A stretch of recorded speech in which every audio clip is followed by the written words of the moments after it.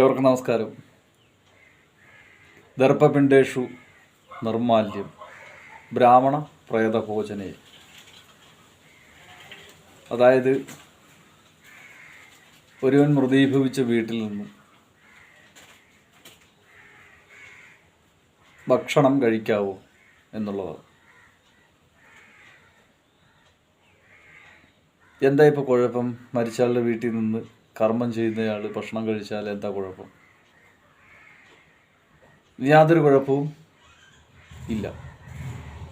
കാരണം അതിൻ്റെ ലോജിക്ക് അല്ലെങ്കിൽ അതെന്താണ് പറഞ്ഞതെന്ന് ആരും മനസ്സിലാക്കുന്നില്ല എന്നുള്ളതാണ് സത്യം.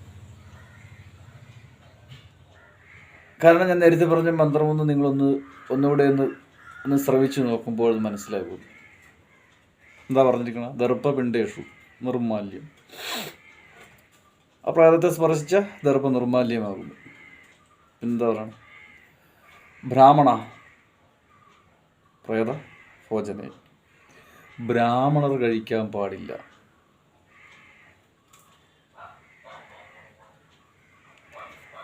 അങ്ങനെയെങ്കിൽ ഗ്രന്ഥം ചമച്ചയാൾ മഹാഗ്രന്ഥമല്ല ഉദ്ദേശിക്കുന്നത്, വ്യക്തികൾ ചമച്ച ഇങ്ങനെ എഴുതാമായിരുന്നു: ബ്രഹ്മജ്ഞാനികൾ എന്ന് പറയാം, അല്ലെങ്കിൽ ബ്രാഹ്മണന് തുല്യമായ ആളുകൾ എന്ന് പറയാം. ഇത് ബ്രാഹ്മണ എന്ന് പറഞ്ഞു കഴിഞ്ഞാൽ അതൊരു എന്താ പറയുക, ഒരു ജാതിയായിട്ട് മാറിപ്പോയി. ഞാൻ അവഹേളിക്കുകയോ മാനസികമായിട്ട് തേജോവധം ചെയ്യുകയൊന്നുമല്ല. പക്ഷെ അവിടെ അങ്ങനെയാണ് പറഞ്ഞിരിക്കുന്നത്. മറ്റ് ഗ്രന്ഥങ്ങളിലൊന്നും ഇതിനെ കണ്ടെത്താനായിട്ട് സാധിച്ചിട്ടില്ല. അപ്പോൾ മരണാനന്തര ചടങ്ങ് നടന്ന വീട്ടിൽ നിന്ന് ആഹാരം കഴിച്ചതുകൊണ്ട് തെറ്റൊന്നുമില്ല. മരണാനന്തര ചടങ്ങുകളിൽ അല്ലെങ്കിൽ അന്ത്യേഷ്ടികർമ്മം കഴിഞ്ഞ് വന്നതിന് ശേഷം നന്നായിട്ട് കുളിച്ചാൽ മതി. കുളിക്കുന്ന സമയത്ത് അല്പം ഉപ്പ് കൂടെ വെള്ളത്തിലിട്ട് കലക്കി കുളിക്കുക, അത്രയേ ഉള്ളൂ. അമ്പലത്തിൽ പോകുന്നത് കൊണ്ടും എന്താ തെറ്റി? ഉദീഭവിച്ച ആളുടെ വീട്ടിൽ നിന്ന് എന്തായാലും ആരും അങ്ങനെ ഭക്ഷണം കഴിക്കാറില്ല. ഇനി അഥവാ അവിടെ നിന്ന് ഭക്ഷണം കഴിച്ചു പോയി അല്ലെങ്കിൽ വെള്ളം കുടിച്ചു പോയി, ഒരു തെറ്റുമില്ല. അവിടെ പുല ബാധിക്കുന്നില്ലല്ലോ. പുലയെന്ന് പറയുന്നത് എന്താ? അശൗചിയം, മരണ വീട്ടിലുണ്ടാകുന്ന സാധനമാണത്.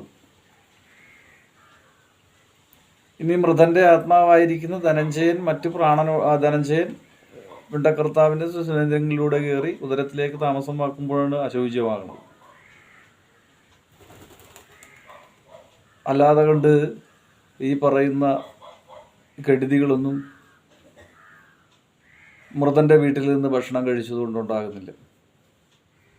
അത് ആൾക്കാരുടെ ഇടയിൽ നിൽക്കുന്ന ഒരു അനാചാരമാണത്. സത്യത്തെ ഇവിടെ ആരും കണ്ടെത്തുന്നില്ല. അസത്യമായിരിക്കുന്ന കാര്യങ്ങൾക്ക് കൂടുതൽ ഊന്നൽ കൊടുക്കുന്നത് കൊണ്ടാണ് പലപ്പോഴും പല കാര്യങ്ങൾ പലരും പൊക്കിപ്പിടിച്ചുകൊണ്ട് വരുന്നതിൻ്റെ കാരണം. അതിൻ്റെ വ്യക്തമായിട്ടുള്ള കാര്യങ്ങൾ മനസ്സിലാക്കിയോ അതെന്താണ് ഏതാണെന്ന് ചിന്തിക്കുന്നതിന് മുമ്പ് തന്നെ എടുത്തു ചാടി പ്രചരിപ്പിച്ച് അതെന്തോ ഒരു വലിയ സംഭവമാണെന്ന് ആക്കി തീർക്കുകയാണ്. ബോധപൂർവ്വം, ചിലരുടെ ബോധപൂർവമുള്ള ശ്രമങ്ങൾ ഇതിനിടയിലുണ്ട്.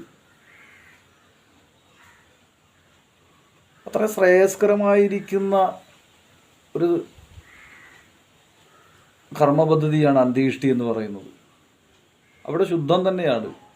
10 ദിവസം അവർക്ക് ദുരിതമുണ്ട്, പുലയുണ്ട് എന്നുള്ളതാണ്, നെഗറ്റീവ് ഒരു എനർജി ഉണ്ട് എന്ന് പറയുന്നതിൻ്റെ കാരണം അവർ ക്ഷേത്രത്തിൽ പോകരുതെന്ന് മാത്രമേ ഉള്ളൂ. ആ ഒരു നെഗറ്റീവ് എനർജി മാത്രമേ ഉള്ളൂ. മറ്റൊരു നെഗറ്റീവ് എനർജി അവിടെ ഇല്ല. പിന്നെയുള്ള ദുഃഖം. ഒരാൾ മൃതീഭവിച്ചു കഴിഞ്ഞ് ഓർക്കുക, മഹാദേവൻ്റെ സാന്നിധ്യം പോലും, മഹാദേവനും ഭൂതഗണങ്ങളും സമസ്ത ദേവതകളുടെയും സാന്നിധ്യം ഉണ്ടാവുക വീട്ടിൽ. പിന്നെ എങ്ങനെയാണ് അവിടെ അത് കാണാൻ വരുന്നയാളോ അവിടെ നിൽക്കുന്നയാൾക്കോ നെഗറ്റീവ് എനർജി ഉണ്ടാകുന്നത്? ഒരിക്കലുമില്ല. പ്രധയായ തോന്നലുകളാണ്. ഒരു കാര്യം തന്നെ പലതവണ തോന്നിക്കഴിഞ്ഞാൽ അതുള്ളതായിട്ട് തോന്നും, അത്രയേ ഉള്ളൂ. യാതൊരു പ്രശ്നങ്ങളും ഇല്ല. ഒരു മരിപ്പ് വീട്ടിൽ നിന്നോ അല്ലെങ്കിൽ അവിടുന്ന് ഭക്ഷണം കഴിച്ചതുകൊണ്ട് അന്ന് തന്നെ അമ്പലത്തിൽ പോവുക, കുളിച്ച് ശുദ്ധീകരിച്ച് ക്ഷേത്ര ദർശനം ചെയ്യാം. നമ്മളെന്തായാലും പൂജിക്കാൻ പോകണില്ല. എന്താ പ്രശ്നം? ഒരു കുഴപ്പവുമില്ല എന്നുള്ളതാണ്. ഏവർക്കും ഈ വീഡിയോ ഇഷ്ടപ്പെട്ടു എന്ന് വരുന്നു. നിങ്ങളെയും കുടുംബത്തെയും കരിനീലിയമ്മയും സർവ്വപടിമാന മക്കളും അനുഗ്രഹിക്കട്ടെ, ആശീർവദിക്കട്ടെ. ഓ നമഃ ശിവായ.